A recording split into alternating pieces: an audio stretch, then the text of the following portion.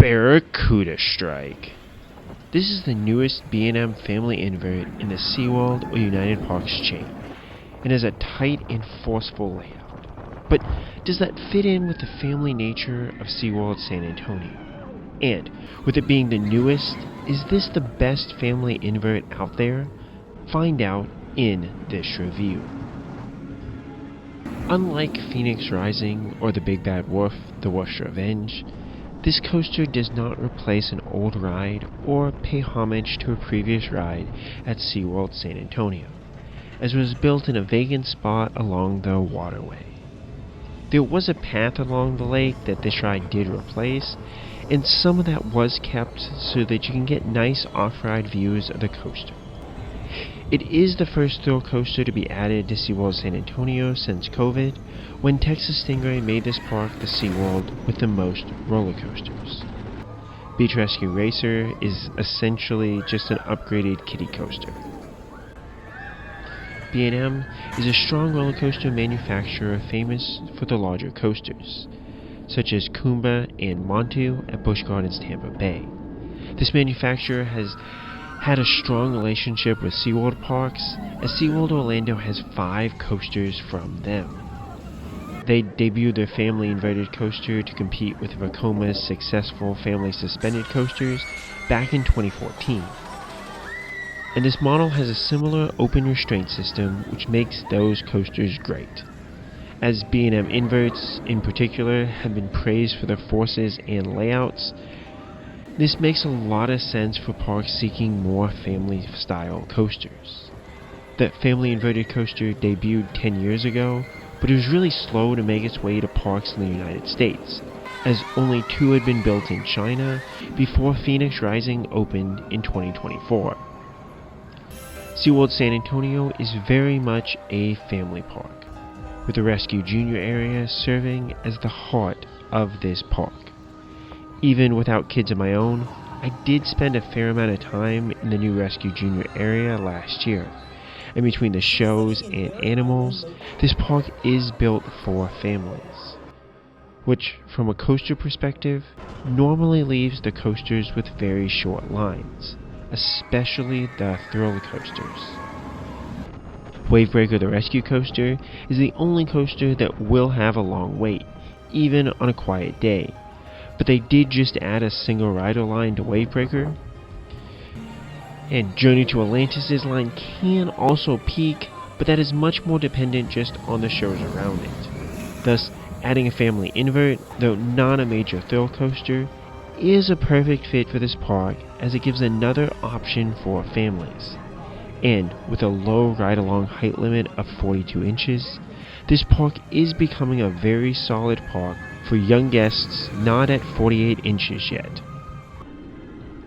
The theming for Barracuda Strike is striking, especially as so many SeaWorld coasters have been relatively bare, especially along their courses. With some rock features jutting outwards, swooping down into these creates a great on-ride visual. And that is on top of the first drop sending you plunging down towards the lake. The station has decent theming too, with various signs and figures that make you feel like you're on a pier. So it pulls the whole experience together very nicely. And then onboard audio kicks off your experience, which gets you just so pumped for that first lift hill. Most family inverts only have one train, and that is true of Barracuda Strike. Since most coasters at SeaWorld San Antonio are content to run just one train, this is reasonable for the park as a whole, but will mean that lines could get long on busy days. I visited over spring break a few days after the coaster opened, and lines were reasonable early in the day. As a single rider, most of the time I was able to board the next train leaving the station, and I got 8 laps in the first hour and a half the park was open. The grouper in the station, though, was not helpful and would send me to kind of random rows, so I was having to ignore her requests and just find single riders to pair up with.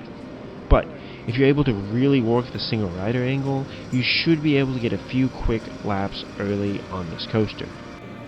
As for how much this line will build up throughout the day, it did have issues staying up and operating as it closed multiple times over my next few hours in the park.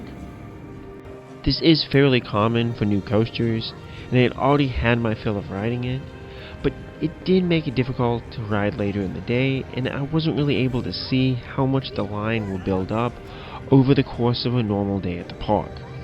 Most guests in the park were just families, so there's not a large rush of people trying to rope drop this attraction. Hitting it up early should be fine. With its issues, it did not open with the park, but it was going about 20 minutes after opening, which seems about on par with how the Steel Eel has been opening on my 2026 visits.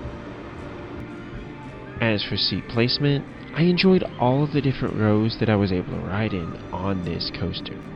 The front gives really nice views and does have a push-through feeling which increases some of the positive G's while creating a nice rocking feeling in the car.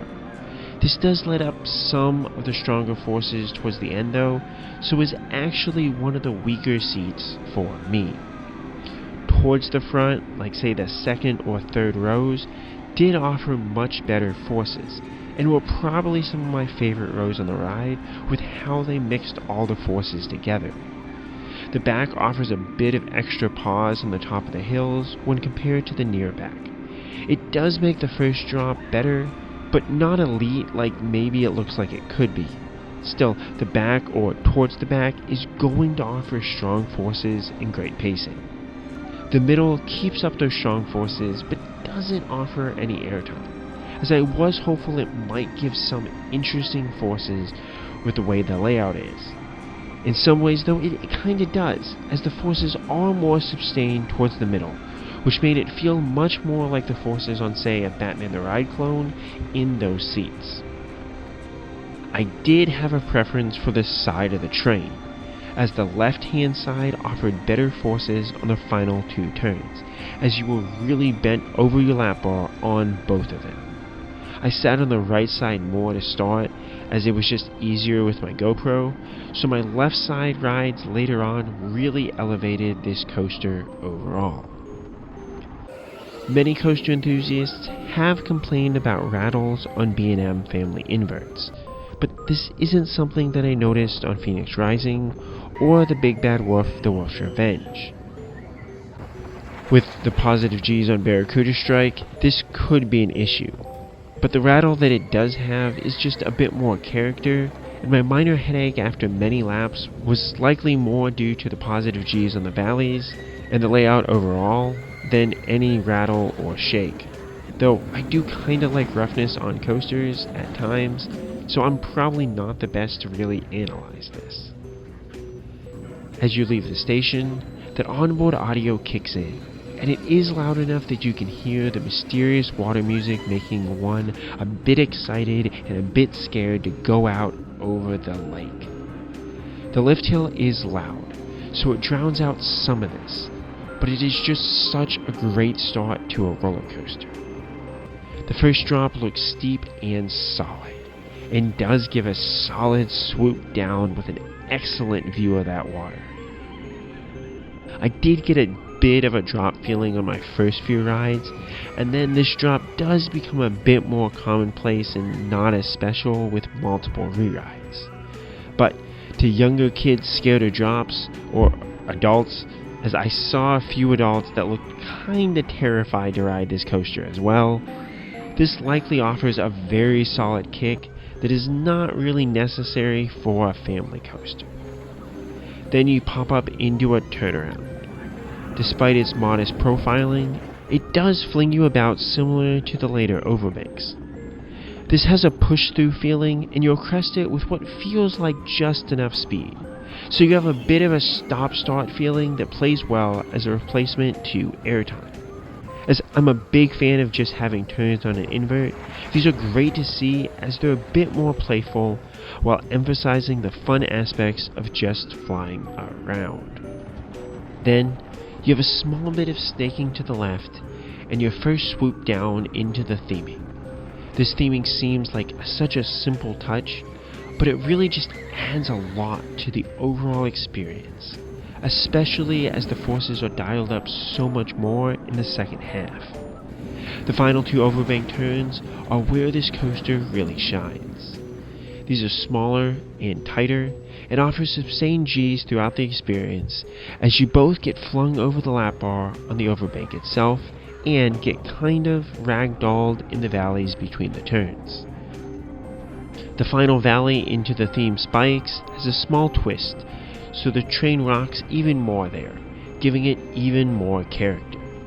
Then, don't sleep on the finale over that boardwalk, as there's a small drop down that offers an enjoyable sense of positives before the final brake run. Overall, how good is Barracuda Strike? The pacing for this coaster is solid as elements get thrown at you, and all give fun and enjoyable forces. By the end, I was getting a little tingle in my tummy from the barrage of solid elements, and couldn't help but coming off thinking that it really is just such an enjoyable coaster.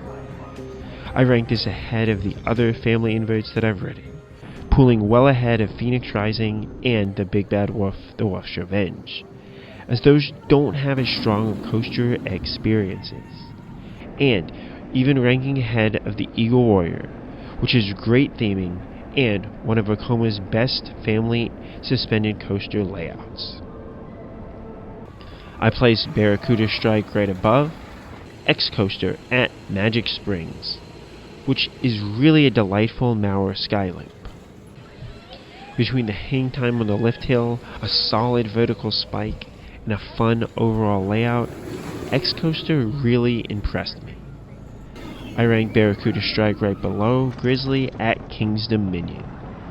Grizzly goes out into the woods, but offers a solid airtime-filled layout for a winning coaster, and has great moments of laterals where you're plastered to the side of the car, which is a slightly better experience than the quick bursts of Barracuda Strike.